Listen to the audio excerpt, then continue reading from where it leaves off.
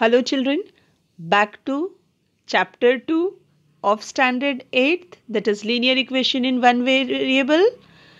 We have already started solving the real life examples from exercise 2.2. We are now continuing with the thing. Here a new situation is given. Question number 4, sum of two numbers is 95. Go on guessing the numbers. Sum of two numbers is 95. If one exceeds the other by 15, find the numbers. Children, it is told that one exceeds the other by 15, means one is more than the other by 15. So, we have focused on two numbers. We are supposed to find out the numbers. The first number we will consider as x. As usual, our unknown number, we take it as x.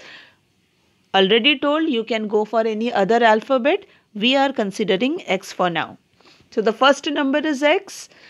Children, the other number is more. Exceeds is more by 15. So the other number is x plus 15. Let's start. Let one of the number be x. The other is x plus 15. First statement of the question is sum of two numbers is 95. So, sum of the given two numbers, it is 95. X plus 15 equal to 95. You can solve it further. X plus x, 2x plus 15 equal to 95. Solve it.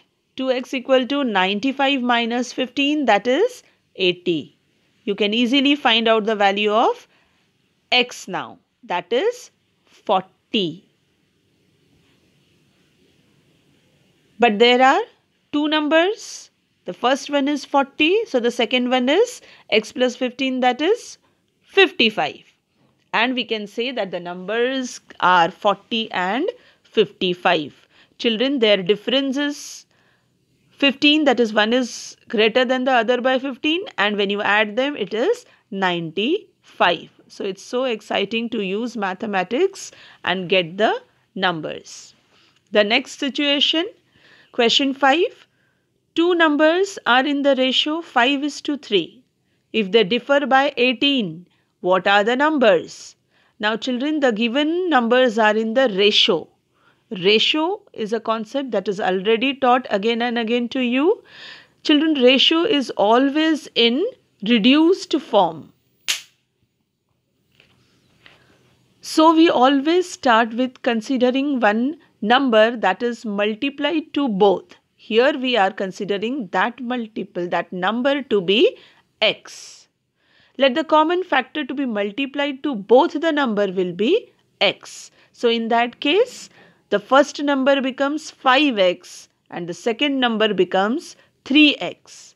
Children, if you now consider this 5x and 3x and you reduce it, x gets cancelled out and the answer is 5/3. This is the ratio which is given, 5/3. So that is why we always multiply both the numbers by a factor and we get the new numbers. Here our numbers are 5x and 3x. Now let's move to the second condition. The second condition is if they differ by 18. So 5x minus 3x equal to 18. 5 is more, you will write bigger number, you will write it first. 3x is lesser, so we have written here on the other side. 5x minus 3x equal to 18 is the statement. Solve it further. 2x equal to 18. When you solve, you will get x to be equal to 9. That common factor is 9. This is not our number. Our numbers are 5x and 3x. So we have got the factor. Let us multiply and get the first number. It is 45. The second number, 27. So our numbers are 45 and 27. When you reduce 45 and 27, you will get it as 5:3.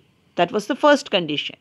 And when you subtract these two, you will get the answer as 18. That was the second condition. So using mathematics, we have solved the puzzle that was given. Now another type of puzzle to be solved. Question 6.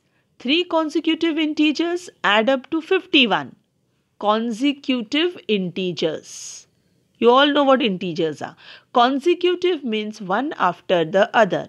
Say for example, I start with 15. So 3 consecutive integers from 15 will be 15, 16, 17.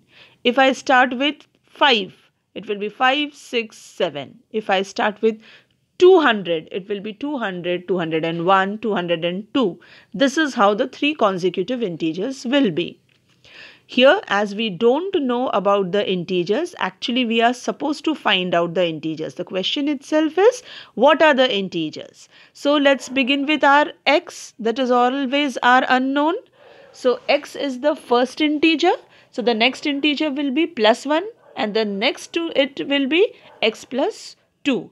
So the 3 integers are x, x plus 1, x plus 2. Why so? So let me explain it. If my x is 3, if I start with 3, so x plus 1 will be 3 plus 1, that is 4. And x plus 2, that is 3 plus 2 will be 5. And this is how I will get my 3 consecutive integers. So 3 consecutive integers are taken as x, x plus 1, x plus 2. Now the condition is when they add up to 51. So we are starting with the solution. Your consecutive integers are written. Sum is 51. X plus 1 plus x plus 2 equal to 51. Add up.